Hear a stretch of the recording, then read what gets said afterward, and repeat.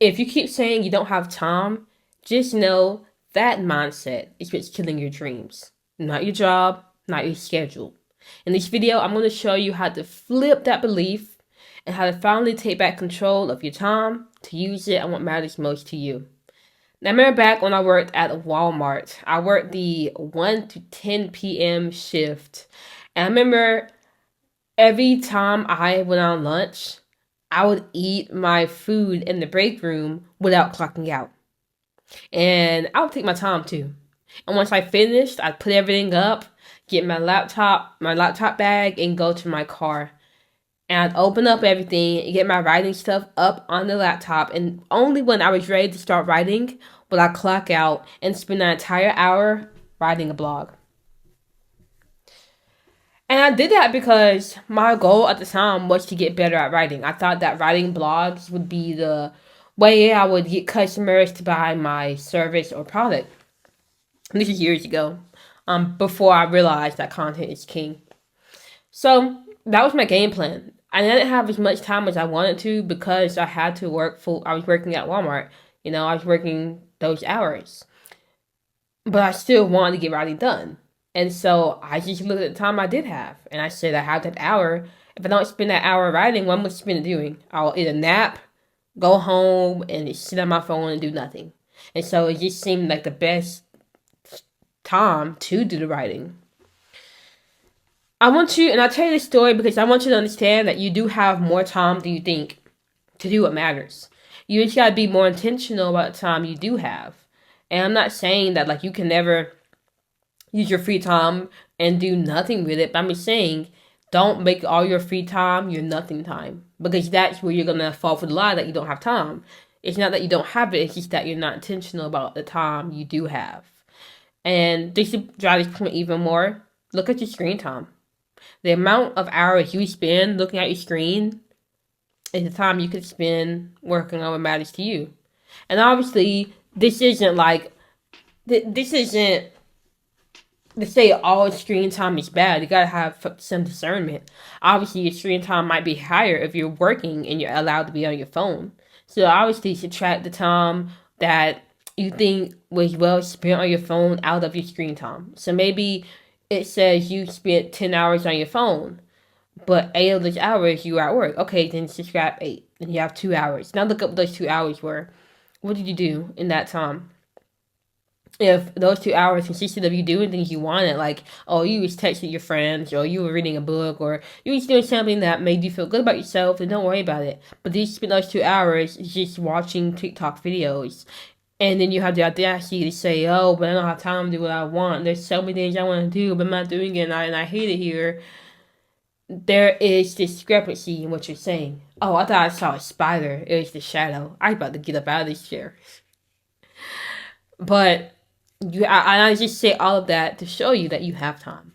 You probably didn't even pull up your screen time because you know you have time. You're just not using it more intentionally. Now, this isn't going to be a video on, you need to make your schedule and you need to do all this and you have a plan. Obviously, I do very much endorse having plans, but the foundational step is just to be aware of how you're spending your time.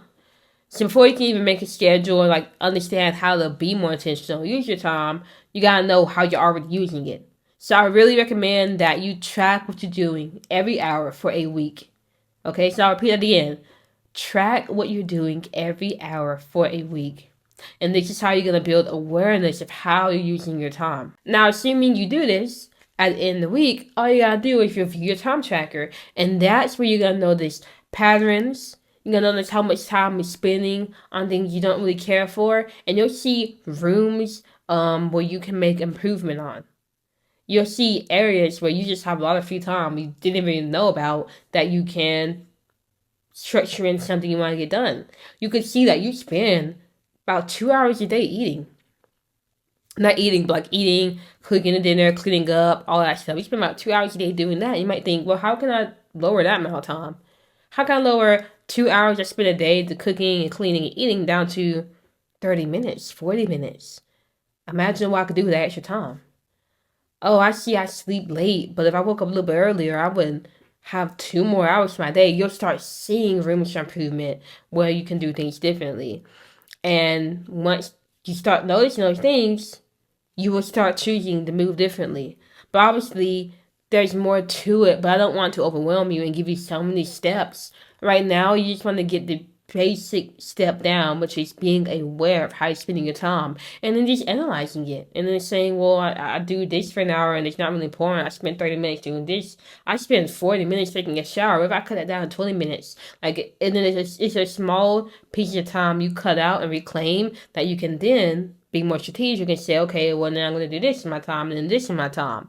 And obviously, that will be a video for another day. I'm not going to go too deep into that. But you might be thinking, okay, I check my time. I do that. Does that really matter? Like, there's something, like, I hear you, this is cool, but I just feel like I can skip over this and just be more intentional. Like right now, starting right now, because I want to. I would say if you aren't aware of how you're spending your time, spending what you're doing, if you aren't conscious of your unconscious behaviors, because 95% of what we do is just out of habit. We are unconscious most of the day. So if you don't shed light on things that you are unconscious to, you're just going to keep doing it. So you may have the intention, like, okay, well, from this point on, I'm going to spend my time differently, yada, yada, yada. But until you're aware of how you're moving, you're not going to. You're going to fall right back into your default mode. You're going to fall right back into what you're doing. So tracking allows you to grow that awareness. This is important. And I remember one of my first clients, Lewis, this entrepreneur, 22 years, he was complaining about his lack of time. And I told him, literally what I told you, I said, track what you do for the week. And when we came back in to check on his progress and see what happened, we learned that in the evenings, he doesn't do anything. Like, it's like his little productivity completely tanks. But he didn't like that. We also saw that he wasted some time in the morning. There was free time he had that he just wasn't using. He was just sitting around. And so we were able to create some different routines for him in the morning and in the evening. We got him up in the morning working out, because that's something he wanted to do. He wanted to get in shape. He kept saying he didn't have time for it until we realized in the morning he actually does. And then in the evening, we got him his own new routine where he could come in and get settled and eat, and then read a book, plan out what he wanted to do for the next day, talk to a family member, and then kick his feet up and watch TV. We didn't go OD with the routine we made for him, but we just allowed him to be more intentional about how he spent his time instead of just automatically going to wasting it, doing things he didn't particularly care about. But the only way he's able to make those changes is because he had grown in his awareness of what he's doing consistently. And that's what this time tracker will do for you. And the quote I want to give you is by Annie Dillard. And she says, how we spend our days is, of course, how we spend our lives. So however you want your life to be, if you want it to be better than what it is right now, you got to be very conscious of how you're spending your days. And the only way to be more conscious of that is to start tracking them. And tracking does not be anything complicated. Literally just set an hourly reminder on your phone to tell you, hey, it's an hour. What are you doing? And then just jot down a few sentences and you're done. It doesn't have to be anything complicated. And if you're going to accept this 7-day challenge, let me know in the comments. Hold yourself accountable and tell me, hey, yo, Faith, I'm going to track my time. I'm going to track what I do every hour for a week. I'm going to figure this stuff out. I'm telling you, if you do this, it will change the game for you. And obviously, the goal isn't to be perfect, okay? The goal isn't to have a clear-cut model of what you're doing and to have everything figured out and to never miss the ball when you're tracking yourself. The goal is just to be more aware. So even if you aren't tracking yourself every hour on the dot, just the fact that you're doing it is good enough. Now, those who are more intentional with the time, those are the one who we look up to, and they will achieve great things. Because no one ever reached the top of the mountain unintentionally. They had a plan. They didn't just willy-nilly do it. They were more intentional about the things they did, and how they spent their time, what they learned, the people they surrounded themselves with, and what they ate. They lived a life of intention. And this is a part of it. Being aware of how you're spending your time, being conscious of that. But obviously, that's not all.